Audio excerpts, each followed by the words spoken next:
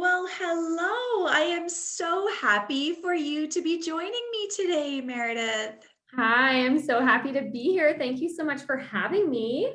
This is so fun. I always love how the power and connection of social media brings people together. And I followed you for a while, and I am so excited to finally be, air quotes, meeting you. Someday Yes, when there's not a world pandemic, we will meet in real life, but this is pretty good for right now.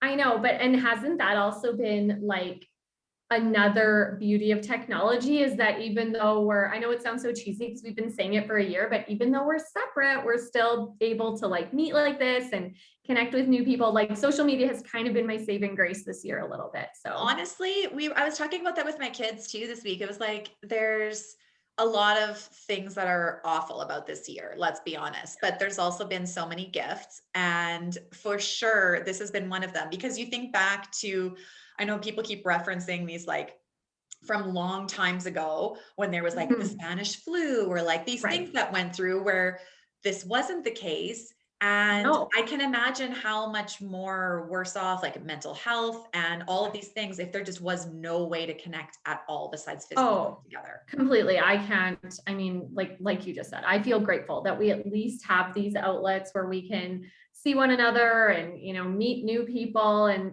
we've had some fun, creative ways over the last year with family and friends that we've managed to connect. So yeah, I was just really excited when you reached out and had this opportunity. So yeah, I'm looking forward to tonight. Good. This is so great. So, I want for my listeners who have not had the pleasure of following along on social as we're talking about, I would love for you to share your many hats. You are so creative and Oh, talented, and I am just so excited for you to share your background and your story.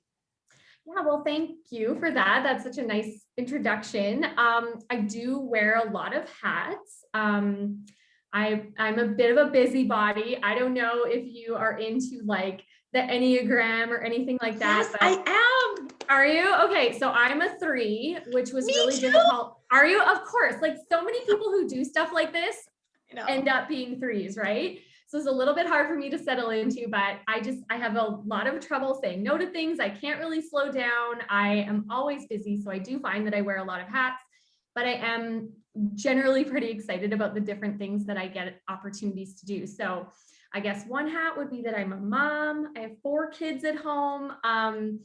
They are 9, 7, 4, and 2. And there's 3 girls and a boy in there. So that's Isla, Ben, Molly, and Nora. And they are, Aw. yeah, they're pretty great. I'm not going to lie. They're pretty great. And they're And then adorable. If you look on your Instagram feed, oh, your kids are adorable. So, thank you. yeah. And I am biased, but they are pretty cute. Like I'm We not gonna all are, and we should be about our own little babies. exactly. No, exactly. So that's obviously like a big role. And then I'm married, my husband Jeff. So we, we're quite busy with our family and all the different activities. I mean, obviously there aren't a lot of activities this year, but generally speaking, with the kids and running around, and we've got 2 that are in school and 2 that are in daycare, and we both work outside of the home. So it is busy, but obviously we wouldn't trade our children for anything. So that's motherhood is obviously one big hat that I wear. That's one very important hat that I wear. I'm also a teacher. I just mentioned that I do work professionally outside of the home. So I am a high school teacher in Warman at the high school there, so Warman High. And I actually just started teaching there full time this year. And before that, yeah, so it's been a bit of a transition for me. Before that, I was on a bit of a leave. I had a baby. I had a heart surgery, which we can maybe talk a little bit more about later. But I had a bunch of time off, kind of leading up to heading to Warman, and I also worked as an English as an additional language facilitator with Prairie Spirit School Division before I transferred over to Warman to teach in a classroom again. So that's been really fulfilling for me. I always kind of knew that I wanted to work outside of the home, like right since I was young. And, I have so much respect for all of the different ways that women choose to mother and the different things that we need to do for ourselves and the different things that we need to do to provide the best lives for our kids and kind of show up as our best selves. So for me, working outside of the home is something that is really important to me. And for our family, and kind of like, I think I'm a better mom personally because of who I am, given that I work outside of the home. Like, I just know myself, and so yeah, so that's something that I'm obviously passionate about, is education. I do teach high school, so it's mostly grade 9 to 12, and I kind of have settled into a lot of grade 9, which is a very special age. I feel like it takes a very special human to be a high school, specifically grade 9 teacher. Oh, I mean, Here you are. There we go, right? It is a very interesting year, and a little bit of my background as well when it comes to education. So I did go to the University of Saskatchewan. That's where I convocated. But my husband and I have actually spent 4 years teaching overseas at international schools. So we spent 2 years teaching in South Korea at a private American international school, and that was in 2008 to 2010. And we weren't teaching English. We were like teaching at what we would think of as, you know, a very typical high school setting, but in a foreign country for expat kids to attend whose parents were working in that country. So we taught our different subjects there, and we did a ton of international traveling, and that was really cool. That was a really great experience in our lives that allowed us to blend that love of travel and adventure and exploration with our passion for education and our careers, and just, it was kind of the perfect setup for us. So we did that right after we got married. And then we came back to Canada and we had our first 2 babies. We had Isla and then Ben. And then we were like, well, that was so much fun when we went to South Korea. Let's do it with kids. What? So we moved to China in 2013. Actually, our son, Ben, was 5 weeks old when we got on a plane and moved to China. And our daughter was almost 2, and we brought my sister. She was our nanny. And we taught at a private international British school in China, in a city called Qingdao. And we were kind of in this little subdivision called Guangdao, and it was right on the beach. It was actually, you know what, it was great. We loved it. Were there struggles and challenges? Absolutely. Like, I look back on that time in my life and I'm like, wow, like how, I don't think we're like still here. We're still here. Well, it's so funny. You and I have a lot in common. So I lived in Taiwan for a year. Oh, okay. Yeah, like way back, the single days. This was not with my 5-week-old baby and toddler. Yeah, way back in 2002. Lived in Taiwan for a year, and I taught English at a private kindergarten, a Chinese private kindergarten. So we was teaching them English in this little private kindergarten, and it was like the best year. Like, it was so amazing, and I would love to take my husband and kids back and to isn't like go it see just it. And like those, when you live in another country, it like becomes a part of you, right? And it's, you're not just observing it from the outside as a traveler who's just passing through. You're like right in there, and things become endearing, and you just start to understand, and your worldview shifts because you're seeing things from a different perspective. Like, for me, the time we've spent overseas is invaluable in terms of my, you know, I think my development as a person and my worldview, and, you know, what I've come to believe about all kinds of things. So I'm so grateful that we did it. I mean, I don't know if 36-year-old Meredith would get on a plane with a baby, and like, I kind of, but 26-year-old Meredith was like, yeah, I can do anything. Ready and raring, totally. But you know what?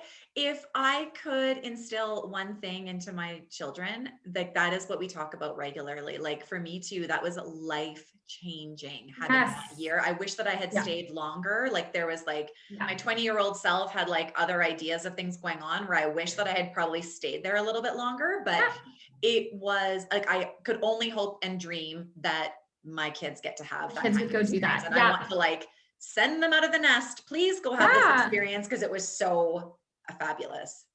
Totally. And, you know, I was lucky even myself in that I had parents who always kind of encouraged me to, you know, go and have adventures and try new things. And, you know, I mean, it sounds, I don't want to say cheesy, but that whole, like, you can do anything, like you can go to school, you can do this, you can do that, you can have adventures. And, So I feel grateful that I kind of had all the encouragement in the world to go do things that sometimes it maybe gets me in trouble sometimes, because I have this mentality that I'm like, I can do that. Like, of course I can do anything. Like, back to being a 3. we should do that. Yeah, back to being a 3. Exactly. I'm good, right? So anyway, education is obviously, and as a teacher, that's a hat that I wear. And then the other big hat that I wear, which a lot of people who are listening might already be somewhat familiar with, is as a content creator. So I kind of got into social media content creation back in 2017. Honestly, I had no idea what an influencer or content creator was. Like, I was like, what? Like, I was like a new word at that time. I know. And honestly, like, I didn't even know that, this is an embarrassing story, but I'm going to tell it anyway. So when I first got Instagram, because I got Instagram like as an app when everyone else did, I didn't even know that it was like a social thing. I thought it was just like editing, like how to edit photos, which of course those edits were also the worst editing tools ever. So for like, I think like years, I was probably, I only had probably like 25 followers because they were just like my friends or family. Yeah. And I didn't follow anyone because I didn't know that's what you were supposed to do. I would just like post the same photo with like 3 different edits. They were probably like, what is she doing? So I literally had no clue. And the reason I tell that story is because honestly, like, I did not like, it's not something that I really planned. It's not something that I like set out to sort of do. Like, this is something that just kind of grew organically and started in a place of absolute cluelessness, and then has just kind of grown into this sort of like side hustle, side gig that I get to do, which I love. It was back in 2017 that actually my sister-in-law introduced me to the concept of an influencer, and my mind was blown. But what I was actually mainly interested in was how beautiful her photos were and how aesthetically pleasing her feed was. And that just sort of checked off so many creative boxes for me, because I think so in 2017, I had just had our 3rd baby, Molly. So I was home with her, and my other 2 were a little bit older because we have about a 4-year gap between Benson and Molly. And so they were in kindergarten and grade 2, and they were at school. And I was just sort of in this place of, I had this super sweet baby, I was at home, and I was missing that creative side of myself. Like, in university, I had, taken art classes, and I'd always been very interested in different creative outlets. And I think I had just kind of gotten really wrapped up in my career and in being a mom and all of these different things, which are all wonderful things. But that sort of creative side of me, I felt like had been neglected for a long time outside of how I was using it in school or, some of those different things. So when I saw this, idea that I could make my Instagram account, which I was taking pictures of my kids anyway, so they might as well look nicer. Right. Right? Like, I'm going to either take terrible pictures or I'm going to take nice pictures. Totally. So that's really where it started for me, was really just that creative side of things and diving into learning how to take nicer photos, connecting with other moms on Instagram as a community, kind of through learning how to do some of these things and just really like finding a bit of a hobby for myself that I could do at home with my baby.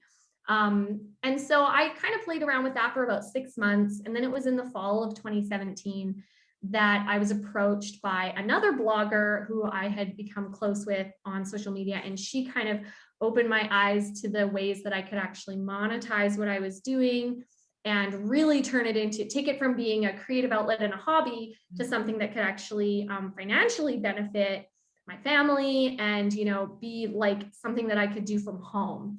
So that's really kind of where that grew out of. And over the last several years, I've been able to work with so many amazing companies, both, like nationally, all over North America.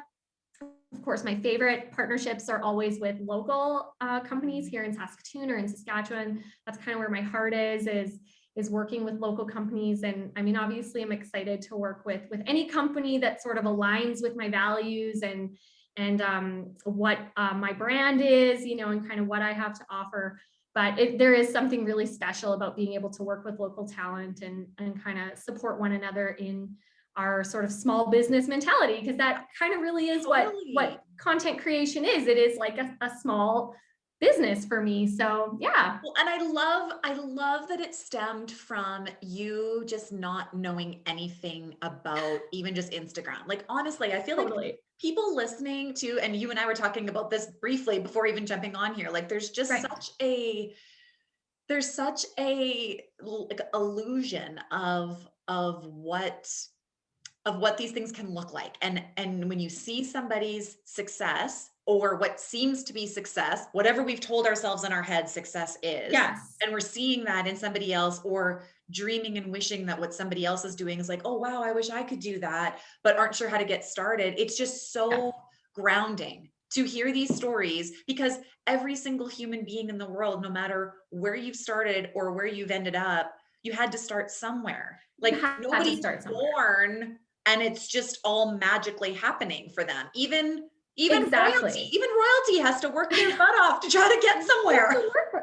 It's true. And, you know, I think that for me, like that is such a huge piece of how my dive into social media has sort of opened my eyes as well, because, you know, I've had so many opportunities as I've been willing to say yes to learning something new or yes to an opportunity. More doors have opened for me in this space or through different connections. And I don't know if you know about my project Melrose Place, which is, I want to dive into that too. Yes, I'm so excited to talk about that. But that's something, so that's basically a boutique suite / Airbnb that we have developed here in Saskatoon. My best friend and I are working on it together with her brother, who is the owner. And it's just been such another awesome creative outlet for me, because I love home decor. Those are some other like passions of mine, home decor and interior design, and just all of those opportunities to stage spaces and to create places that people want to spend their lives and spend time. So being given that opportunity like really did stem also from my opportunities on social media, right? So it just kind of is proof too that, you know, things do move. You can, when you start saying yes to things that make sense for you, obviously, and that align with your core values, that you kind of end up walking down this path where there are more doors that are going to open to you that you maybe never anticipated from the start, right? And so that is one of the things that I love about this blogging, social media, content creation, is just that it's taking me down a path that I did not ever kind of see for myself. But I've also been able to do things like I actually developed introduction to social media course that people can take online, which sort of combined my love for social media and what I was learning with my love of teaching. And, you know, so it's just been so cool to realize that there's so many opportunities. Absolutely. And I think what you said before too, about how when you're walking down the path and it's things that you love, I think sometimes there's this idea, especially when it comes to the influencing and the content creation, like that stuff, which is a big thing all over the world. This is not just oh, one person can do this. This is like a huge industry of people that are doing this, from very small to very big. There's so many variants, right, that can go in between. But I think if you're following what you're actually excited about and what you're interested in, I think sometimes there's a little bit of a miss for people who are like, why isn't this working out for me? When they're sort of more looking at it of, I want to be an influencer, rather than looking at it, I get to do this and I'm excited about this and I'm passionate about this, and this. How do I do these things? And it's sort of just happening. Exactly. And I think there's also this common misconception that, like, I mean, I don't love the word influencer, because people do misunderstand a lot of times what that means and what we're like trying to do or whatever. And for me, it's like, you know, there are people that will resonate with what I'm putting out there into the world. There are people that are going to be like, yep, I get it. I like what she's doing. And then there are going to be people that don't, right? I'm not for everybody, and I'm okay with that. I wasn't okay with it at first. It was like hard, like we took it super personal, right? It was like, what? And in the beginning, when I first started doing content creation, there were a lot of people who didn't understand what I was doing and the change they were seeing. And, it was kind of confusing for them. And I didn't even really know like how to explain it. And so there was some hurt when I first started out, because I did have people that I thought would be supportive that were really, they didn't understand and they weren't supportive.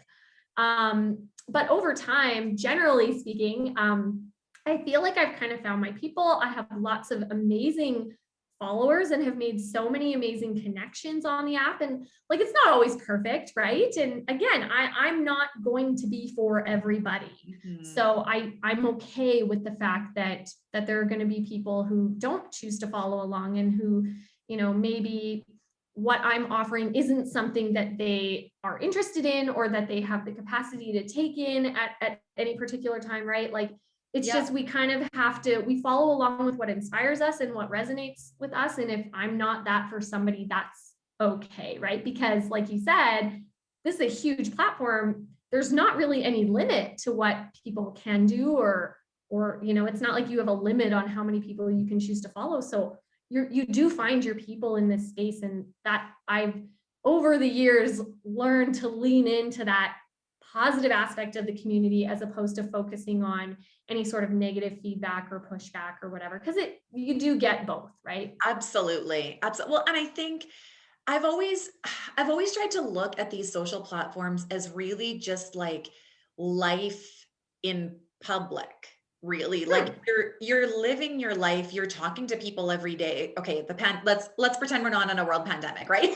Right. Right. Well, you're talking to people every day. You're like seeing people, and that has been since the beginning of time. Like we're humans. We want to connect with people. You How resonate we do life. with people. It's life. And so really, this is really just elevated to more people being able to see that there's people all over the world who we never would have had the pleasure of being able to meet if it weren't for this type of platform. And I think it's so cool. But at the same time, looking at it as just, hey, this is just me being me, except you also get to see it.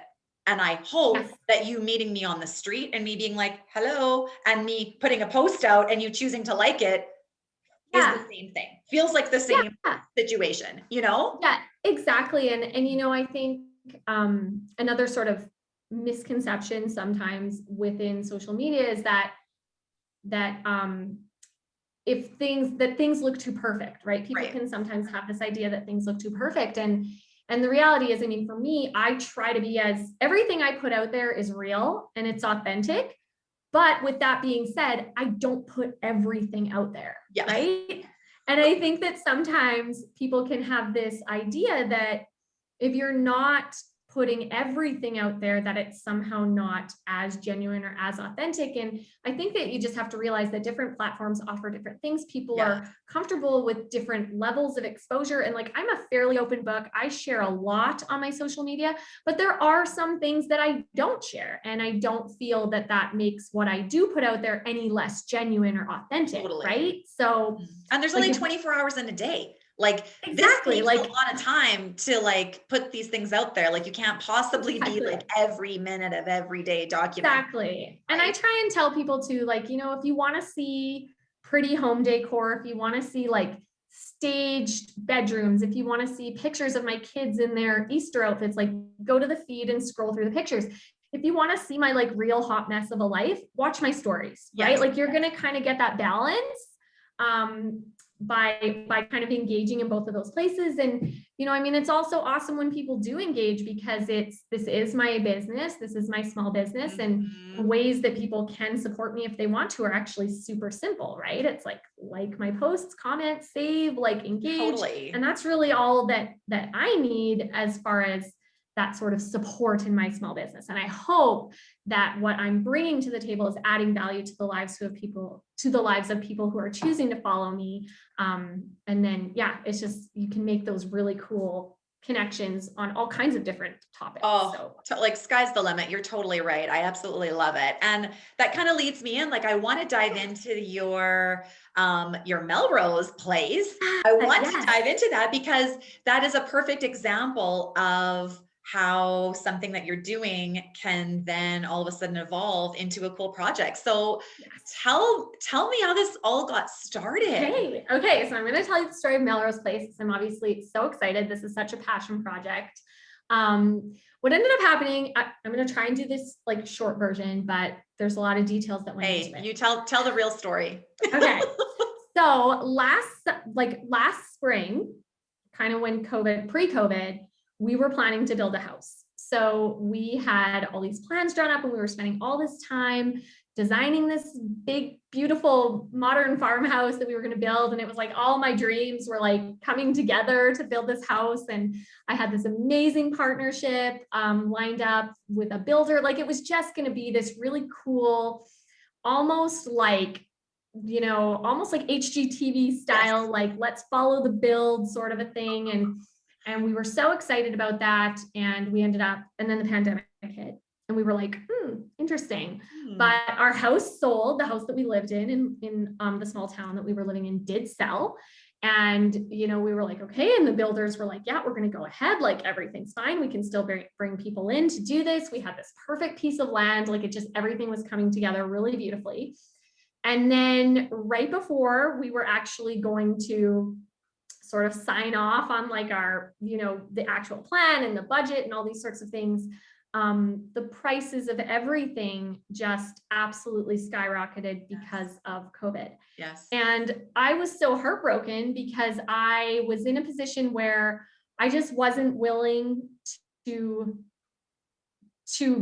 build half the house for twice the price, essentially, right? Like I was just in that position where I was like, this is becoming not at all what I wanted. And I recognized that I'm so blessed and privileged in so many ways that was even a possibility for me to even think about building a house. But I just we didn't feel good, my husband and I, about proceeding with a build when prices were climbing, and things just felt really unknown in the summer. So we decided to put the build on hold. But all my content creation plans, all my like long-term planning for what I was going to be doing with my feed and the direction I was going to be taking my blog and the partnerships and the relationships that I'd been developing locally, it was like 95% connected to this project. And I'd been working on it for so long. So it was, at the risk of sounding like dramatic, it was heartbreaking to have to cancel this project on so many levels. And it left me feeling a little like I didn't know what to do. I was like, I don't know what I'm going to do. I don't know what direction I'm going to take this in. We had to move in with my parents because we'd sold our house thinking we were going to build this other house. So I didn't even have my own home. And I found it really challenging. Like my mom has a beautiful home, but I found it really difficult to create content in a space that wasn't mine. And for me, creative wise, I just felt like I was like the equivalent of writer's block. I have nothing.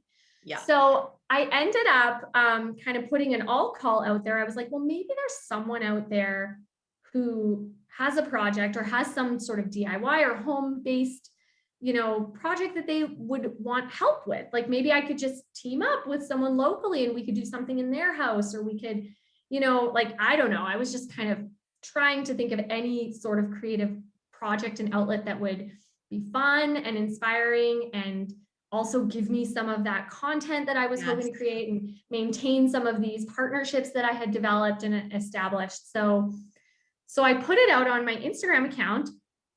And I took in a ton of people. I was shocked by how many people responded positively to it. I had so many DMs. I thought, I'll, put the question out there and, in a day or two, I'll clearly there's a few other people who are also feeling like they need some sort of creative. Seriously. And I was just so honored and so blown away that so many people were like, yes, please pick me. This is the room I want to change. All these things. And I was like, oh my gosh, this is, okay. So then I had to kind of revamp my plan and figure out how I was going to do this. But while all of those opportunities were sort of rolling in, it was actually my best friend, her name's Danielle. She contacted me and was like, hey, hello.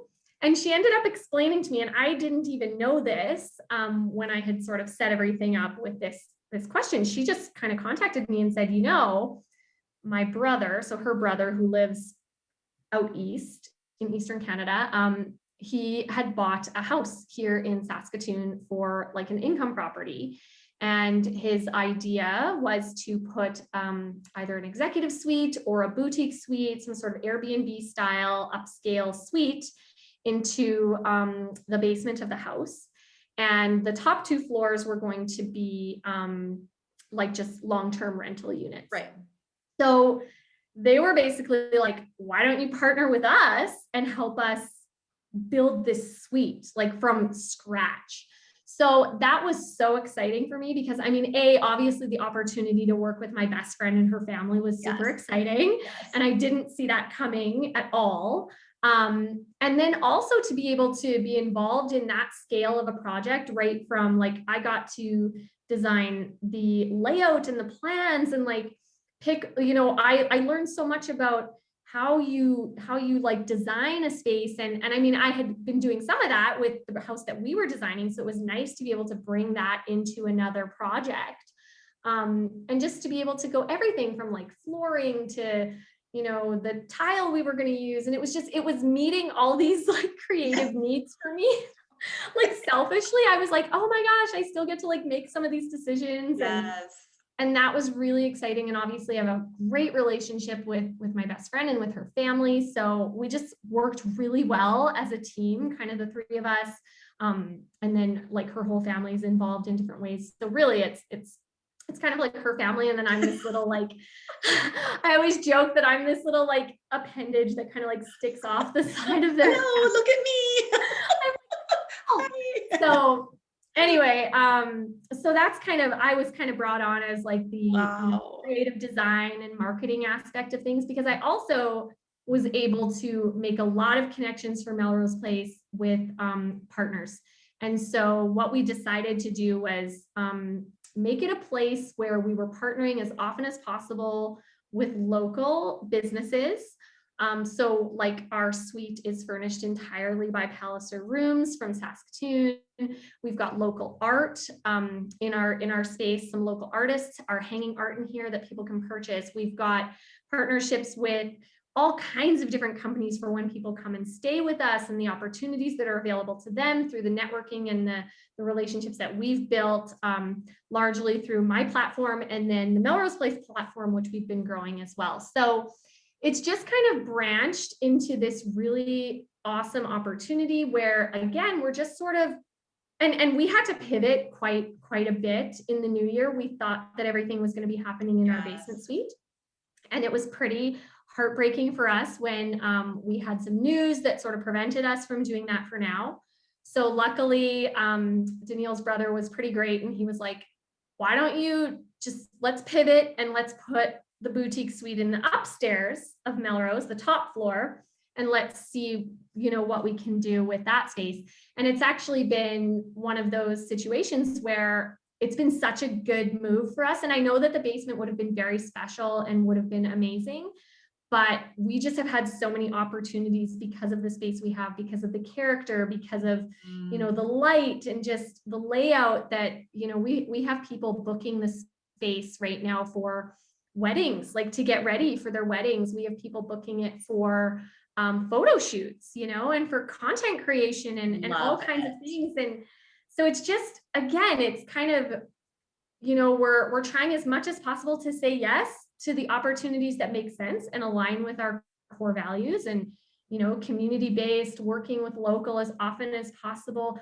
creating community, even in this strange time where we're not supposed to be together. We're, it's this opportunity. Of course, everything that we do is within COVID rules and restrictions, right? But it's just this way of kind of bringing people together, and even the opportunities that we've had to work with other companies who then network with each other. And it's just been really cool. I didn't fully see this coming, but we're really excited about it. And we think that, so far the people who have been into our space are really loving it too. So yeah, it's been great. From what I have not had the pleasure of being in the space yet, and I hope to be in the near future, but Yes. the feed looks so good. You just have put so many adorable and unique and creative little touches in all of the areas that just like make it look Yes. exciting. Like we stay in Airbnbs, well, the good old days when we could Yes, of travel. course. Yeah. Back when we weren't at home all the All time. over the world, right? Yeah. And those are like always the details that I look for too when we're staying somewhere where there's just these like, it doesn't need to be anything fancy, but there's always these like unique little touches that I would like notice just on the pictures, because you're never seeing them in person, right? You're only ever just seeing it from an image when you're booking it. And I love what you guys have done, and it makes my event planning and marketing heart just soar to see how this is exactly why I love what I do. Exactly what you just described, for those exact reasons of there always being something connecting about what you're doing. You are, sure, you're like putting together this space to rent out. And if that was the only way you were looking at it, then it could just be that. But it could be over as soon as, that's right. It could just be done. But to look at it and see all the other possibilities, like that's the part that feels super exciting. And I think Saskatoon and our community here just is so incredible with the way we kind of just like, I feel like there's just such a great community of people just wanting to jump on board and wanting to support and excited about new ideas rather than like, whoa, what do you think you're doing? You know, like they're just like, yes, let's try this, you know? Yeah, we've had such an amazing response. And again, like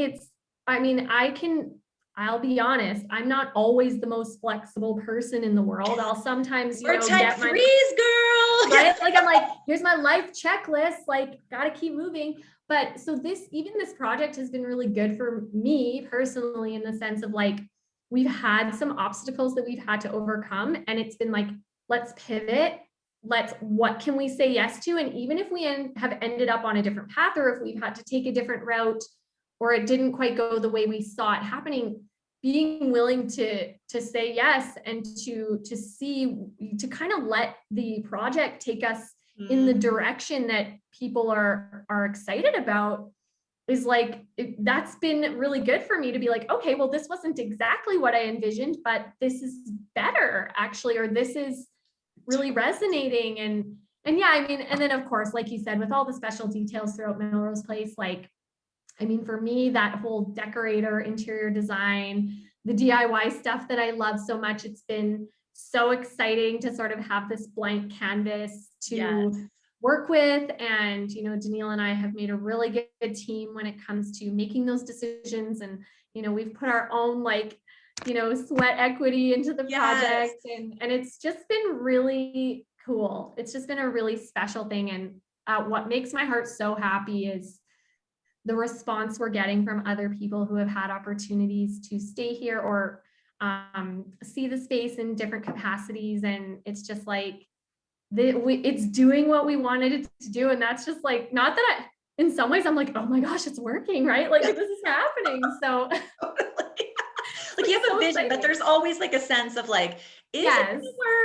Are people gonna buy into this? But I'm gonna be linking this into the show notes so that anyone listening can have a look and see if they want to stay there or book it out for thing and follow the Instagram feed to just like see what's up, because it is so cute. If you haven't seen it, you need to see it. Yes, and we're so excited about that. So that's awesome. I love it. It's such a cool idea. So this is completely pivoting the conversation in different directions. I wanted to jump back because I think that this really spoke to me when I saw you posting about this, because I don't know you personally, but as well as you know anybody that you follow on Instagram who you've never actually met in real life, you know, like following along the story. But I love that you are building awareness based on your personal experience of what you've been through. And you alluded to having heart surgery at the beginning of the episode. And I wanted to just touch on that a little bit, because I think no pun intended, you can tell that you have a beautiful heart. Oh, well, And thank just you. the way that you speak about things. And I just, with my daughter has cystic fibrosis. And so that's something that we Okay. build a lot of awareness about Mhm. with her and our family, and something that will forever be so near and dear to my Yep, heart because it's my baby. of And so course. I just Yeah. always feel like sometimes these are topics that in the past or whatever, people still maybe don't always feel comfortable sharing things about their own story. And we were talking about how things always look so perfect, but being able Yeah. to share these things of hardships happening in your own life or your children's Yeah. lives or health issues and like the things that are real hard life stuff, Yeah. amidst still being able to be joyful and happy, Yeah. that for me is gold. And on the days Yeah. that they feel super hard and there's a lot of days that feel super hard and things going on in the background that are not Instagram worthy and things that you sometimes talk about, but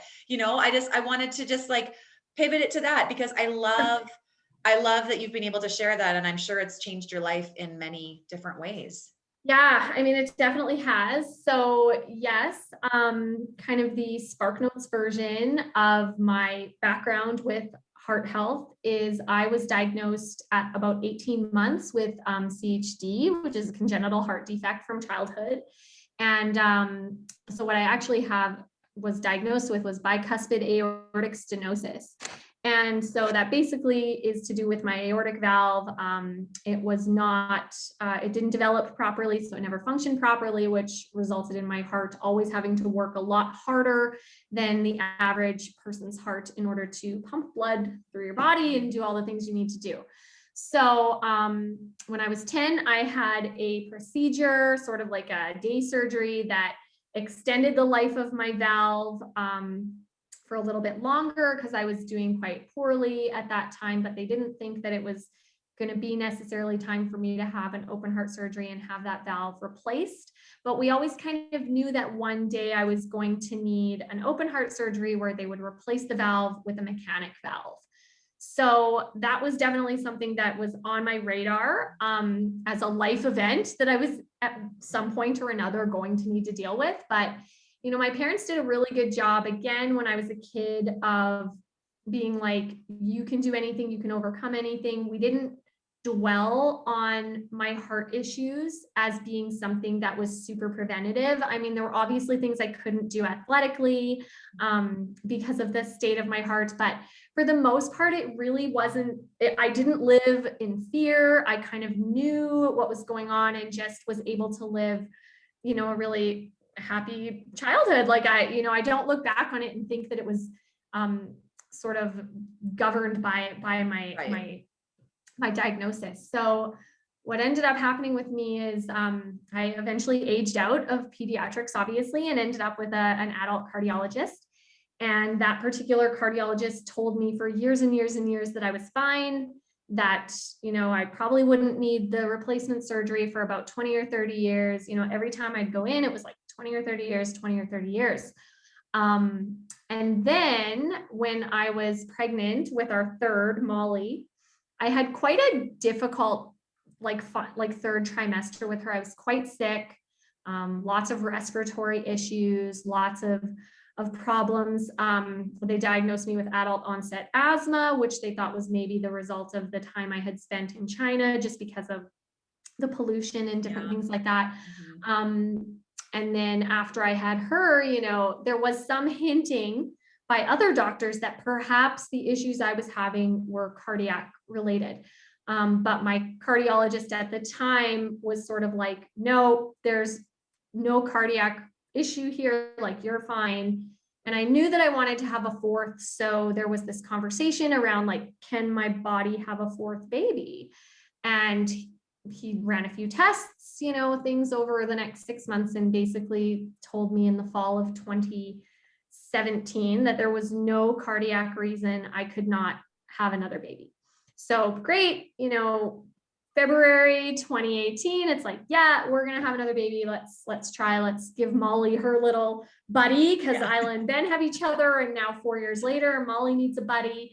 So I got pregnant.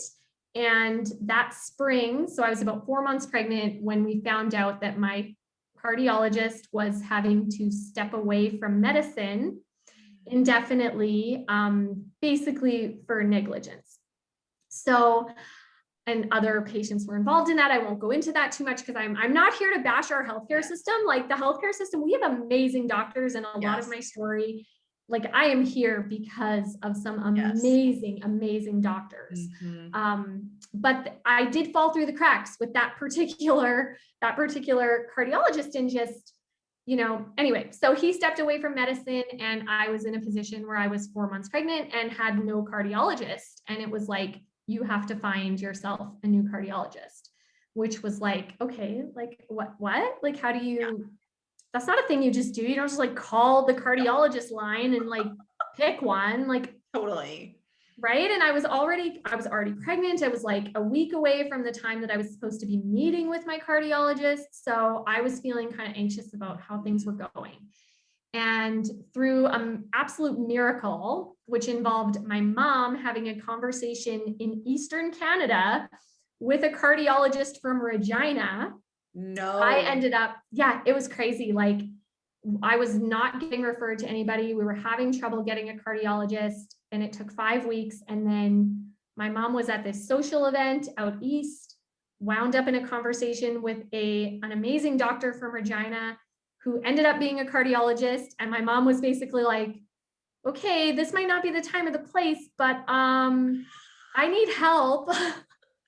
She like, a mother who has a child with something, I'm like, yes, go mom, go. Those mama bears are never going to stop. Exactly. The mom instinct always wins out. So, and I'm so grateful to her because she's one of the people that like saved me in a way by being willing to have that conversation with a stranger. Right. And he was amazing.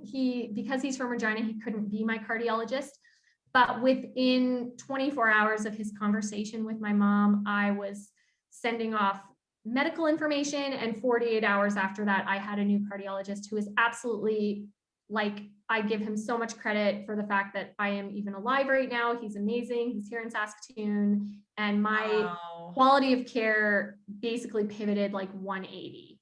But all that to say that when he took me on as a patient, that's when I became aware of how bad things had truly gotten. And, a lot of people have said or have asked, and not maliciously, but a lot of people have wondered genuinely, like, how could things have gotten so bad for me physically without me realizing it? And I think the thing is, over the course of about a decade, I think it was a kind of like boiling a frog. I gradually, my body compensated, and things did get harder, and I felt less healthy, but I was getting older, and I was pregnant 6 times. We had 2 miscarriages over the course of growing our family. And a lot of the symptoms of like cardiac failure are very similar to pregnancy, shortness of breath, tightness in your chest, swelling of your hands and feet. Like and I had a cardiologist that was telling me I was fine. Yes. So I know that I really struggled when I found out how bad things were. I felt really foolish, and that was really hard for me. And it took me some time to kind of work through the fact that like, logically, I get that this was not my fault, but I also felt like, how did I not take better care of my body? How did I not, like, I should have advocated more. I should have been better educated in my own, cardiac, like symptoms. Like, I just felt like, wow, like I felt really silly when that happened. But very quickly we kind of had to move past my feelings about it, because I was 5 months pregnant, and my heart was doing quite poorly. And it was basically just, okay, we need to get you to a point where you are strong enough to deliver and baby is big enough to be born. And like, because they didn't want me to go into full heart failure. Yes. And they obviously didn't want baby to have to be born too prematurely. Yes. Yeah. So she ended up being born at 7 months, 2 months early. Yeah. And that was at the beginning of September. And her birth was kind of dramatic, but we made it through, and amazing medical professionals, like the most incredible OBs, followed me through the last couple months of my pregnancy. delivered my baby. There were so many complications that could have occurred that didn't. So I just give so much credit to all of the medical professionals that were involved in Nora's delivery. And then she spent a month in the NICU. So that was in September of 2018. But my symptoms did not get better cardiac wise. They were kind of hoping that that the pressure would ease a little bit once baby was born, but they didn't get better. So I ended up being scheduled to have open heart surgery in December of 2018. So Nora was 3 months when I had the surgery, and I had surgery on December 17th. And I was told leading up to surgery, I also had the most amazing surgeon. And I was told, you're very low risk. Like, this is as far as open heart surgery goes, this is totally right. Like, I mean, it's a big deal because it's open heart surgery, but they were like, you are young, you are not overweight, you don't have diabetes, you don't smoke. Like, they were like, most people who have this surgery, it's because of like lifestyle or different things. And it's generally like men over the age of 65 that are having this surgery, right? So they were like, there's very low risk to you having this surgery, 1 to 2% chance of complications. So we were feeling pretty good about that. And even though it like wasn't ideal, obviously, with a newborn baby and 3 other kids and just whatever. Yeah, I mean, it's not like the perfect time to have open heart surgery, but there's not really a good time. So anyway, and of course, like we knew that it was going to improve my quality of life so much in the aftermath. So we obviously went ahead with it. But my surgery did not go according to plan. And what should have been a 3, maybe 4 hour procedure ended up being a 9-hour procedure because there was a very random fluke complication, nobody's fault, where the very SparkNotes version is that my coronary artery ended up being crushed through the procedure because of the weight of the valve and where they had to place it because of how friable my aorta was. So they really only had one spot where they could attach it properly. And that particular spot, which no one could have known or predicted, ended up being kind of on top of my coronary artery. So the weight of that mechanical valve actually pinched off the coronary artery. And when they took me off bypass, because you couldn't see, like it wasn't something that you could see, when they took me off bypass, I ended up having basically a massive heart attack. And they had to figure out very quickly what the problem was because blood was not flowing from the right ventricle to the left ventricle. And I was without oxygen for quite a while as they had to figure this out. And they ended up doing, they had to get me back on bypass, very quickly reverse everything, which is quite hard on the body, I'm told. And then they ended up doing an emergency bypass surgery. So they took a vein out of my leg and kind of reestablished that flow. But coming out of surgery, the surgeon basically, and honestly, the surgeon saved my life. He eyeballed the fact that there was a problem. And I've been told that if he hadn't been my surgeon, I probably wouldn't be here. I am rarely speechless. I'm sitting here speechless. I feel like I'm listening to an episode of Grey's Anatomy. Oh, right? I'm visualizing. I'm seeing this happen. The whole picture's being painted in my mind. This is so wild. And it's so funny that you even use that reference because before I had surgery, people would ask me, because I love Grey's Anatomy. I watch it all the time. I've seen the entire series probably 5 times. Yes. And people would ask me is this a big deal? Is your surgery tell me, is this a big deal? And I would often reply with, oh, Christina Yang would be really disappointed by this surgery. It's not going to be exciting. She would be so bummed if she had to do my surgery, right? And then of course I was like, no, she would have loved it. Totally. She would have been right in there. Yes, I get to fix something that no one saw coming. So anyway, wow. So when I left surgery and I had the biggest problems, like kind of once they got me sewn up, they kind of described it as like my heart was very angry. So it took a lot of time to sort of close me all up. And then they basically explained to my husband and my mom, who were in the waiting room, that they were most concerned about my brain because of the lack of oxygen when everything was happening. And my right ventricle, because it wouldn't pump on its own, it had sustained some damage, and they weren't sure if it was just stunned, if the trauma of the, cardiac episode, the heart attack, had permanently damaged it, or if it was just stunned. But it was basically pumping. It was being like I was on medication that was making it pump. So I wound up in ICU. Normally you'd be in ICU for like a day after open heart surgery, and I was there for almost a week. And thankfully, my heart did start pumping again on its own on about day 5. And it was just kind of a miracle. I had the best team of people.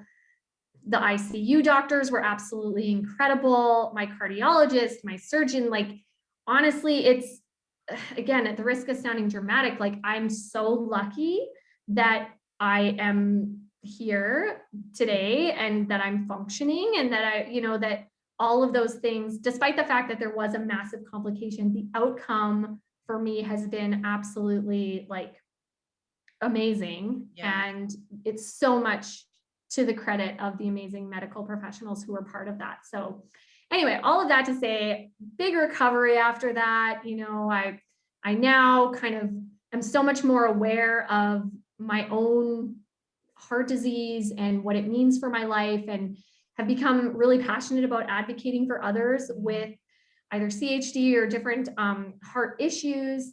And I know I have a platform where I can use my voice to spread the word and try and help raise awareness and funds.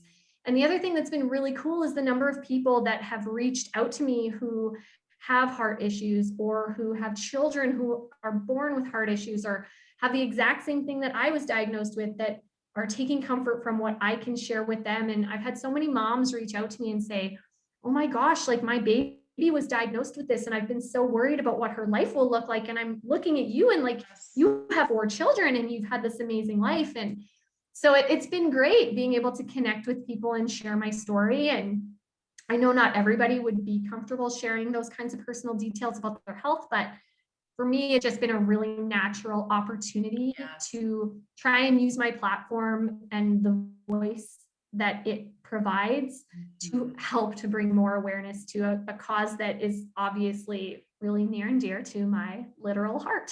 Your literal heart. Oh my literal heart depends on it, right? Yes, no kidding. So, thank you so much for sharing that. I think that, I know this is like always a common phrase that's like used lately just about sharing our stories, but that is literally what life is all about. Like, all we have is this life, and we each get one story. We each get one story, which is our life. And there's a million little stories within that. And I just think that it's so important for us to confidently just own what is lean happening. Into it, right? Just lean into it. And, I've been really, over the last, especially with COVID and just the uncertainty. And again, as a 3, I really like plans. I really like certainty. So this whole year has pushed me, the last few years with all my health issues and everything, have really forced me to flex. Yep. And I've really leaned into that, like a quote that's been resonating with me so much lately, and I see popping up over and over, is, this is not your practice life. This is it, right? Like, we sometimes get it into our minds that, like, I don't know, we're going to get to redo these things one day, or that it's like, no, like this is not like something we're not practicing for the real thing that's coming down the road. Like, this is it every moment, right? So, totally. Trying to lean into my own story. And, it's not necessarily, again, what I share isn't necessarily going to resonate with everybody, but then hopefully the people who are following along are getting something out of it. And if it's triggering, or if it isn't something that is inspiring, then, they're going to find the places, the sources of inspiration out there for them. 100%. Okay. I have a few lightning round questions to ask you before we wrap this up. I could talk to you for hours. I know. This is so nice. Okay. Okay, lightning round questions. Here we go. The real Okay. deal. Okay. What book are you currently reading or listening to? Okay. Oh, okay. So there's a couple. So really quick, the one that I just started is called Educated. And it's a really interesting book that's about a cult, actually. So yeah, and it's based on a true story. So I've Light read.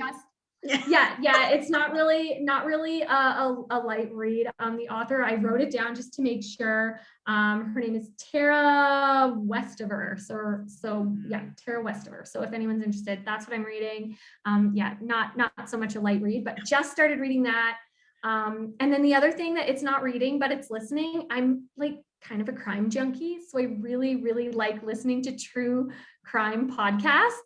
So Crime Junkies is pretty much always on. I love it. I have yet to listen to a crime podcast, and I have heard so many people say that they just absolutely love them. So maybe that's going to have to be my new hobby. You need to. If you're going to do it, start with Crime Junkies. They're good, and they're like a pretty easy one to ease into. Okay. Are you a coffee drinker, and what is your coffee order? Yes, I just became a coffee drinker like 2 summers ago. So in the summer, I'll order a grande iced vanilla latte. And in the winter, you know what, truthfully, I actually do lean more towards a chai tea latte. Love it.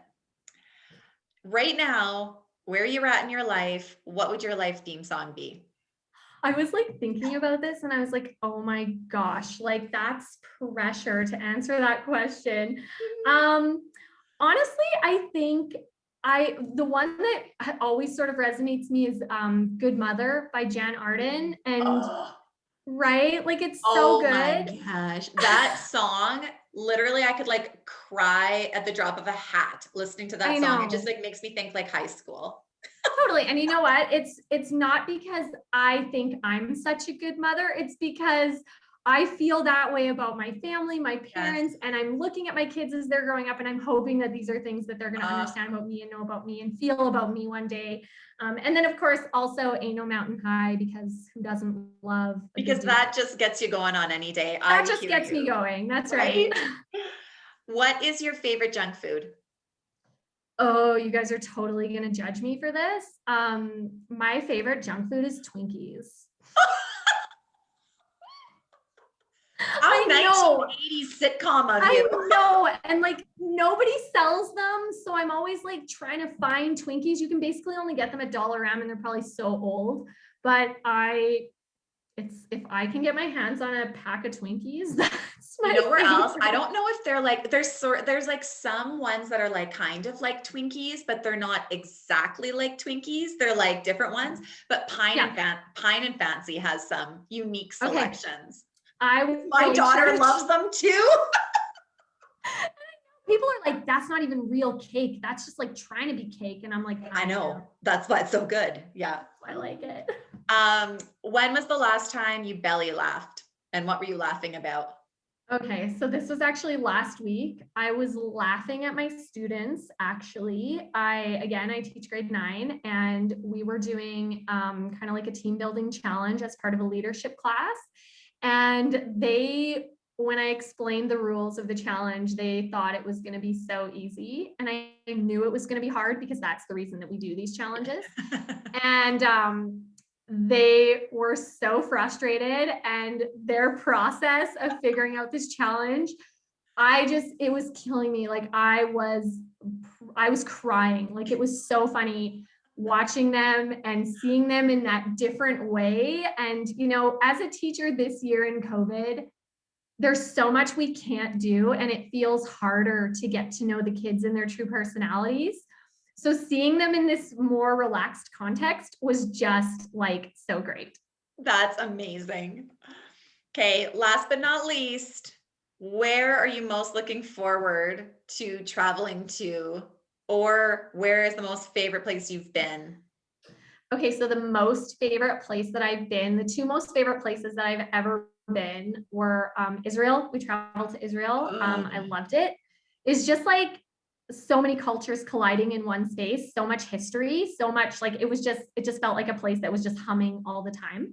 And also Cambodia, the time we spent in Cambodia, it just like got right into my heart. And I can't wait to go back there one day. But as soon as we're allowed to travel, I think I'm going to go to New York because shockingly, I've never been there.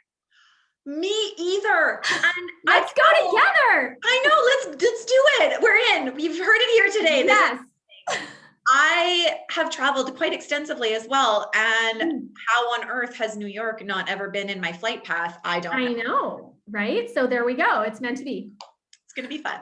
Okay. Meredith, thank you so much. This was such a blast, and you are just such a gem. And I am so delighted that we finally got to connect. And I just really appreciate you sharing your story today. Well, thank you so much. I really appreciate you having me. This has been, just really delightful to get to know you better and to be able to share some of my story. And I just feel really honored anytime people are interested. So thank you so much for reaching out. And yeah, this is great.